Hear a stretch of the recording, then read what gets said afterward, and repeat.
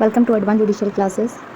आज की इस वीडियो में हम एक नए एक्ट को शुरू करने वाले हैं, स्पेसिफिक रिलीफ एक्ट 1963, जो कि सर्टेन टाइप के रिलीफ्स के बारे में बात करता है। ये क्या होते हैं, कौन कौन से रिलीफ से डील करता है ये एक्ट, इससे पहले कौन सा एक्ट हुआ करता था, इस सब के बारे में आज की इस वीडियो में हम जानेंगे।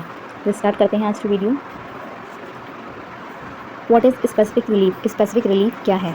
Specific relief act 1963 is a key legislation in Indian civil law that provides remedies for the enforcement of individual civil right.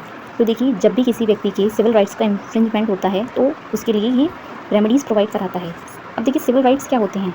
Civil rights एक व्यक्ति के पर्सनल राइट होते हैं, जैसे कि अगर कोई किसी के ब्रीच कॉन्ट्रैक्ट का ब्रीच करता है, ठीक है, उसकी पर्सनल राइट्स का ब्रीच करता है, तो वो सिविल कोर्ट्स में जाकर उन राइट्स का एनफोर्समेंट करा सकता है। Unlike general damages that provides monetary compensation for a legal wrong, specific relief offers direct, equitable remedies such as specific performance of contract, injunction, declaratory decree, rectification और cessation of instrument। देखिए, specific relief act क्या है? ये कुछ certain type के reliefs की बात करता है, जैसे कि specific performance of contract, injunction, declaratory decree, rectification और सेशन। देखिए, ये सर्टेन टाइप्स के इसमें कुछ स्पेसिफिक टाइप के रिलीफ्स दिए हुए हैं, ये इनसे डील करता है। अब इसकी हमें क्या ज़रूरत है? हम रिलीफ्स कॉन्ट्रैक्ट एक्ट में ले सकते हैं, बहुत सारे रिलीफ्स हमें अलग अलग एक्ट्स में दिए गए हैं, तो हमें इसकी क्या ज़रूरत है? तो देखिए, इसकी ज़रूरत हमें इसीलिए है क्योंकि कुछ रिलीफ्स ऐसे हैं जो बाकी एक्ट्स में नहीं दिए हुए। एग्जांपल लेते हैं हम, जैसे कॉन्ट्रैक्ट एक्ट हमारे डैमेजेस की बात करता है। अगर कोई व्यक्ति किसी कॉन्ट्रैक्ट का ब्रीच करता है तो वो सेक्शन 73 ऑफ कॉन्ट्रैक्ट एक्ट में जाके डैमेजेस ले सकता है। लेकिन मान लीजिए उसे डैमेजेस नहीं चाहिए, उसे उसका स्पेसिफिक परफॉर्मेंस कराना है। स्पेसिफिक परफॉर्मेंस कैसे, इसको एक एग्जांपल से समझते हैं। मान लीजिए ए और बी दोनों आपस में कॉन्ट्रैक्ट करते हैं। ए बी को एक वॉच सेल करने का कॉन्ट्रैक्ट करता है, लेकिन अब ए उस कॉन्ट्रैक्ट का ब्रीच कर देता है, वो उसको वॉच सेल नहीं करता है। तो अब बी के पास क्या ऑप्शन है? या तो वो कॉन्ट्रैक्ट एक्ट में जाके डैमेजेस मांग सकता है अंडर सेक्शन 73, लेकिन अगर वो कहता है कि नहीं, उसे कंपनसेशन नहीं चाहिए, उसे वही वॉच चाहिए, तो वो क्या कर सकता है? वो एसआरए में, specific relief act, specific performance of contract करा सकता है और वो वही घड़ी ले सकता है। ठीक है, तो इस तरीके की इसमें कुछ स्पेसिफिक टाइप के रिलीफ्स दिए गए हैं जिससे ये डील करता है। एसआरए में कोई कॉज ऑफ एक्शन नहीं होता है। कॉज ऑफ एक्शन क्या होता है कि अगर किसी का कोई पर्सनल राइट इन्फ्रिंज हुआ है तो वो उसके अगेंस्ट में जाके उस अपनी लीगल राइट को एनफोर्स कराए। ठीक है, तो ये होता है कॉज ऑफ एक्शन। मतलब जो भी कॉज हुआ है, उसकी जो पर्सनल राइट का इन्फ्रिंजमेंट हुआ है, उसके लिए वो एक्शन ले रहा है कोर्ट में जाकर, उसको बोलते हैं कॉज ऑफ एक्शन। तो एसआरए का अपना कोई कॉज ऑफ एक्शन नहीं होता है। तो फिर कॉज ऑफ एक्शन कहाँ होता है? तो कॉज ऑफ एक्शन देखिए डिफरेंट एक्ट्स में होता है। जैसे कि अगर किसी ने कॉन्ट्रैक्ट एक्ट में कोई एग्रीमेंट किया है, कॉन्ट्रैक्ट किया है और वहाँ पर वो उसका इन्फ्रिंजमेंट करता है, तो कॉन्ट्रैक्ट एक्ट में उसका कॉज ऑफ एक्शन राइज हुआ, लेकिन उसकी रेमेडी, अगर वो स्पेसिफिक परफॉर्मेंस चाहता है तो उसकी रेमेडी उसे कॉन्ट्रैक्ट में नहीं मिल रही, क्योंकि कॉन्ट्रैक्ट सिर्फ डैमेजेस प्रोवाइड कर रहा है। तो उसके लिए वो कहाँ आएगा? उसके लिए बस एसआरए में आएगा। सेम ऐसे ही अगर मान लीजिए कोई पीपीए के अंडर कोई कॉन्ट्रैक्ट का ब्रीच हुआ है, अगर दो लोगों के बीच में किसी लैंड को सेल करने का कॉन्ट्रैक्ट हुआ है और वहाँ पर उसका ब्रीच होता है, तो कॉज ऑफ एक्शन तो टीपीए में अराइज हुआ, क्योंकि उन्होंने जो एग्रीमेंट किया था वो टीपीए के अकॉर्डिंग किया था, लेकिन टीपीए में वो रेमेडी अवेलेबल नहीं है, तो उसके लिए हम कह रहे हैं एसआरए में आ रहे हैं। इसी तरीके से एसआरए का कोई भी अपना कॉज ऑफ एक्शन नहीं होता है। डिफरेंट एक्ट्स में कॉज ऑफ एक्शन अराइज होते हैं, जिसके लिए हम एसआरए में आकर रेमेडीज़ मांगते हैं। ठीक है, तो अब बात करते हैं कि क्या एसआरए एक एग्जॉस्टिव लॉ है? एग्जॉस्टिव लॉ मतलब क्या ये अपने आप में परिपूर्ण है, इसके अलावा और कोई रिलीफ्स नहीं हो सकते? तो देखिए, जनरली ये एग्जॉस्टिव लॉ नहीं है, क्योंकि इसके अलावा भी और रिलीफ्स हो सकते हैं और रेमेडीज़ हो सकती हैं डिफरेंट एक्ट्स में। लेकिन एसआरए के अंदर जितनी भी रेमेडीज़ दी गई हैं, ठीक है, जैसे specific performance, injunction, declaratory decree, जितनी भी इसमें रेमेडीज़ दी गई हैं, उसके संदर्भ में ये एग्जॉस्टिव है। मतलब अगर मान लीजिए, मतलब इसमें जो टॉपिक दिया हुआ है, जैसे मान लीजिए स्पेसिफिक परफॉर्मेंस ऑफ कॉन्ट्रैक्ट दिया हुआ है, तो स्पेसिफिक परफॉर्मेंस ऑफ कॉन्ट्रैक्ट का से रिलेटेड जितने भी प्रोविजंस हैं, जितनी भी चीज़ें अप्लाई हो सकती हैं इसमें, वो सारी इसमें दी हुई हैं। तो ये अपने आप में, मतलब इसमें जो रेमेडीज़ दी हुई हैं वो अपने आप में परिपूर्ण हैं, वो अपने आप में एग्जॉस्टिव हैं। लेकिन एसआरए अपने आप में एग्जॉस्टिव नहीं है। कहने का मतलब ये है कि इसमें जो रेमेडीज़ दी हुई हैं वो सारी एग्जॉस्टिव हैं, लेकिन वैसे देखा जाए तो एसआरए हमारा एग्जॉस्टिव लॉ नहीं है। तो ये बात हुई हमारी एसआरए की। अब एसआरए हमारा किस एक मैगज़िन पर बेस्ड है? तो देखिए, एसआरए हमारा एक मैगज़िन ओबी जस्ट ईबी रेमेडियम पर बेस्ड है। इसका मतलब क्या है? इसका मतलब ये है कि जहाँ पर भी राइट होता है वहाँ पर रेमेडी होती है। जिस भी व्यक्ति के पास राइट है और उसके राइट का इन्फ्रिंजमेंट हुआ है, तो वो उसके राइट का इन्फोर्समेंट करा सकता है, उसके लिए वो रेमेडी ले सकता है।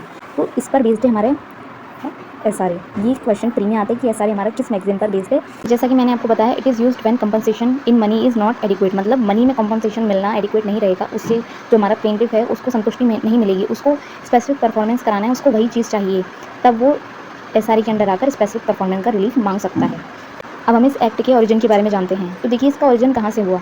तो देखिए सबसे पहले हमारी इंग्लैंड में, मेडाइवल इंग्लैंड में 2 तरीके की कोर्ट्स हुआ करती थी, एक कॉमन लॉ कोर्ट्स और एक इक्विटी कोर्ट्स। अब कॉमन लॉ कोर्ट्स क्या हुआ करती थी, कॉमन लॉ कोर्ट्स वो हुआ करती थी जहाँ पर जो जुडिशियल प्रेसिडेंट्स होते थे, कस्टम होते थे, उसके बेस पर कोर्ट्स अपनी जजमेंट सुनाया करती थी, ठीक है। लेकिन वहाँ पर सिर्फ जिस तरीके की प्रेसिडेंट्स या कस्टम्स पहले से चले आ रहे थे, अगर उसमें किसी व्यक्ति का रिलीफ अगर कॉल नहीं करता तो उस व्यक्ति को रिलीफ नहीं मिलता था, या वो व्यक्ति सेटिस्फाई नहीं होता था सिर्फ कंपनसेशन से। क्योंकि जो हमारे कॉमन लॉ कोर्ट्स हुआ करते थे, वो सिर्फ कंपनसेशन प्रोवाइड कर दिया करते थे, लेकिन उससे हमारे प्लेंटिफ को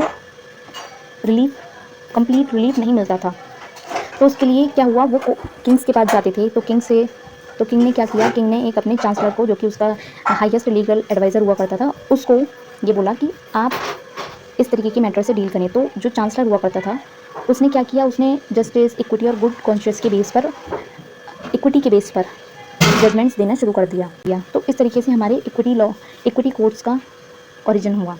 तो देखिए, लेकिन इंडिया में हमारे इस तरीके का कोई सेग्रीगेशन नहीं है। इंडिया में जो हमारे कोर्ट्स हैं वो लॉ के बेस पर चलते हैं, जो भी हमारे एक्ट हैं उसके अंडर वो जजमेंट्स देते हैं। लेकिन अगर कोई ऐसा लॉ नहीं है तो वो अपनी जस्टिस, इक्विटी और गुड कॉन्शियस के बेस पर भी जजमेंट दे सकते हैं। तो इंडिया में ऐसा कोई भी सेग्रीगेशन नहीं है, अलग अलग कोर्ट्स नहीं है, कॉमन लॉ कोर्ट्स और इक्विटी कोर्ट्स। इंडिया में 1963 एक्ट से पहले 1987 का एक्ट हुआ करता था, जो कि इंडिया में स्पेसिफिक रिलीफ से रिलेटेड फर्स्ट लॉ था, जो इंग्लिश इक्विटेबल प्रिंसिपल और इक्विटी ऑफ लॉ पर बेस्ड था। लेकिन ये क्या हुआ, ये समय के साथ आउटडेटेड हो गया। तो लॉ कमीशन ऑफ इंडिया ने अपनी 9th रिपोर्ट में इसको रिवाइज़ करने का, इसमें रिवीजन करने का, इसमें कुछ मॉडिफिकेशन करने का सुझाव दिया। तो उनकी रिकमेंडेशन पर ही 1963 का एक्ट आया, जो कि सिंपल था, मॉडर्नाइज था और कोडिफाइड था। जो 1877 था उसमें काफ़ी तरह के इलस्ट्रेशंस दिए हुए थे, बहुत सारे इलस्ट्रेशन थे, हर सेक्शन के साथ बहुत सारी इलस्ट्रेशंस थी। लेकिन वो इलस्ट्रेशन, लॉ कमीशन ने कहा कि ये इलस्ट्रेशन हेल्प नहीं करते बल्कि कंफ्यूज कर देते हैं, मतलब ये लॉ के स्कोप को काफ़ी नैरो कर देते हैं। क्योंकि जब भी हम एक्ट को पढ़ते हैं तो हम उसमें जो इलस्ट्रेशन है उसके ही रिगार्डिंग में उस प्रोविज़न को समझते हैं, तो उससे क्या होता है, उसका नैरो इंटरप्रिटेशन होता है। इसलिए लॉ कमीशन ने कहा कि इसमें से इन इलस्ट्रेशंस को हटा दिया जाए, ताकि इसका जो है वाइडर, मतलब इसका नैरो इंटरप्रिटेशन ना हो, इसका वाइडर इंटरप्रिटेशन हो सके। ये 1 मार्च 1964 में एनफोर्स में आया। इसके बाद 2028 में भी इसमें काफ़ी मेजर चेंजेस किए, जो कि हम अपने आगे आने वाली वीडियोज़ में कवर करेंगे। English legal system, common law and equity, ये मैंने आपको बताया अभी कि इंग्लैंड में 2 तरह के कोर्ट्स हुआ करते थे, ये इसमें उसी बारे में बात की गई है। जो कॉमन लॉ कोर्ट्स हुआ करते थे वो लिमिटेड रेमेडीज़ ही प्रोवाइड करते थे, सिर्फ मॉनेटरी डैमेजेस ही प्रोवाइड किया करते थे, जिससे कि लोगों को सेटिस्फेक्शन नहीं मिलता था, उनके जो राइट का इन्फ्रिंजमेंट हुआ है उनको कंप्लीट जस्टिस नहीं मिल पाती थी। तो वो कोर्ट किंग के पास, वो was Lord chancellor. Lord chancellor कौन था, ये किंग का चीफ लीगल एडवाइज़र हुआ करता था, जो कि हाई जुडिशियल ऑफिसर हुआ करता था। ये सुनता था पिटिशंस को, ठीक है, जो कॉमन लॉ कोर्ट्स नहीं देती थी, जो कॉमन लॉ कोर्ट्स जो रेमेडीज़ प्रोवाइड नहीं करती थी, ये उन पिटिशंस को सुनता था और रेमेडी प्रोवाइड करता था। ऐसे ही धीरे धीरे यही रूल आगे चलता रहा, मतलब जो हमारा चांसलर था वो ऐसे ही इसी तरीके से इक्विटी पर बेस्ड जजमेंट देने लगा। इसी से हमारी इक्विटी कोर्ट, जिसको कोर्ट ऑफ चांसरी भी कहा जाता था, इसका क्रिएशन हुआ।